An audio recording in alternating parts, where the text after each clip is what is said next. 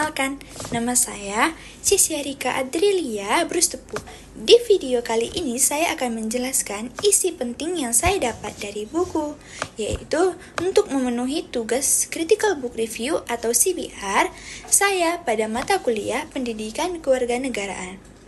Buku utama atau buku pertama yaitu ini, yang berjudul Pendidikan Kewarganegaraan Berbasis Project Citizen karya dari Dr. Osbert Sinaga, MSI, dan IP Gandama, SPD, MPD. Dan buku kedua yaitu atau buku pembanding yaitu ini adalah buku pembanding yang berjudul Pendidikan Kewarganegaraan karya Sri Suning Kusmawardani. Pada buku pertama dijelaskan tentang pengertian pendidikan kewarganegaraan atau PKN. PKN merupakan pendidikan yang bertujuan untuk membentuk warga negara yang baik, yang memahami hak dan kewajiban dalam kehidupan bermasyarakat, berbangsa, dan bernegara. Selanjutnya dijelaskan juga mengenai hakikat PKN. PKN tidak hanya sebagai mata pelajaran, tetapi juga sebagai proses pembentukan sikap seperti tanggung jawab, sikap demokratis, serta sikap rasa cinta terhadap tanah air. Kemudian dijelaskan juga tujuan PKN, yaitu untuk membentuk warga negara yang cerdas, mampu berpikir kritis, serta dapat berpartisipasi aktif dalam kehidupan bermasyarakat.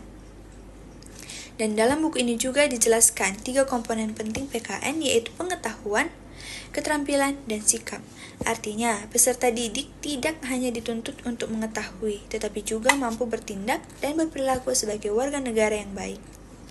Selain itu, di buku ini juga dibahas mengenai landasan PKN, yaitu Pancasila sebagai dasar negara dan Undang-Undang Dasar 1945 sebagai dasar hukum. Buku ini juga menjelaskan perkembangan PKN di Indonesia, mulai dari civic kemudian menjadi pendidikan moral Pancasila sehingga sekarang menjadi pendidikan Pancasila dan kewarganegaraan.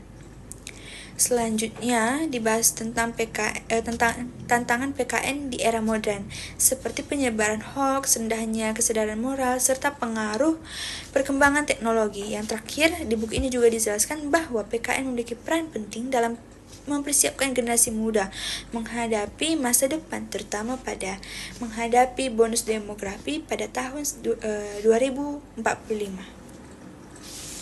Lanjut, di buku pembanding, di pembanding ini dijelaskan materi menggunakan bahasa yang lebih sederhana, dan di buku ini juga dijelaskan dikaitkan dengan kondisi nyata. Pertama, dijelaskan bahwa PKN bertujuan untuk membentuk warga negara yang baik dan cerdas, serta memiliki rasa kebangsaan. Selanjutnya juga ditekankan bahwa di era globalisasi, seseorang tidak hanya menjadi warga negara Indonesia, tetapi juga harus mampu menjadi warga global. Buku ini juga menjelaskan bahwa hak dan kewajiban warga negara yang harus dijalankan secara seimbang dalam kehidupan sehari-hari. Di dalam buku ini juga dijelaskan mengenai sumber PKN, yaitu sumber historis, sosiologis, dan politis. Artinya, PKN berasal dari sejarah perjuangan bangsa, kehidupan masyarakat, dan kebijakan pemerintah.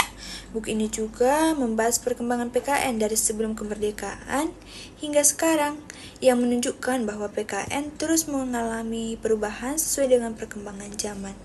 Selain itu, dibahas juga mengenai tantangan PKN seperti globalisasi, demokrasi, dan perkembangan teknologi.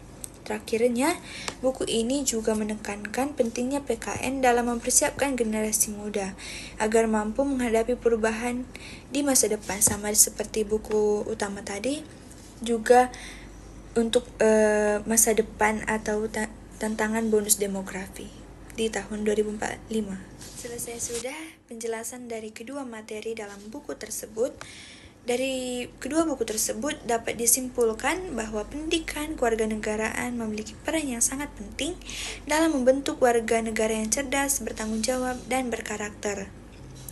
Perbedaannya, di buku utama lebih lengkap dan mendalam, sedangkan buku pembanding lebih sederhana dan mungkin lebih mudah untuk dipahami. Baik, terima kasih. Sekian dari penjelasan saya. Sekiranya dapat dimengerti, lebih kurangnya saya ucapkan terima kasih atas perhatiannya.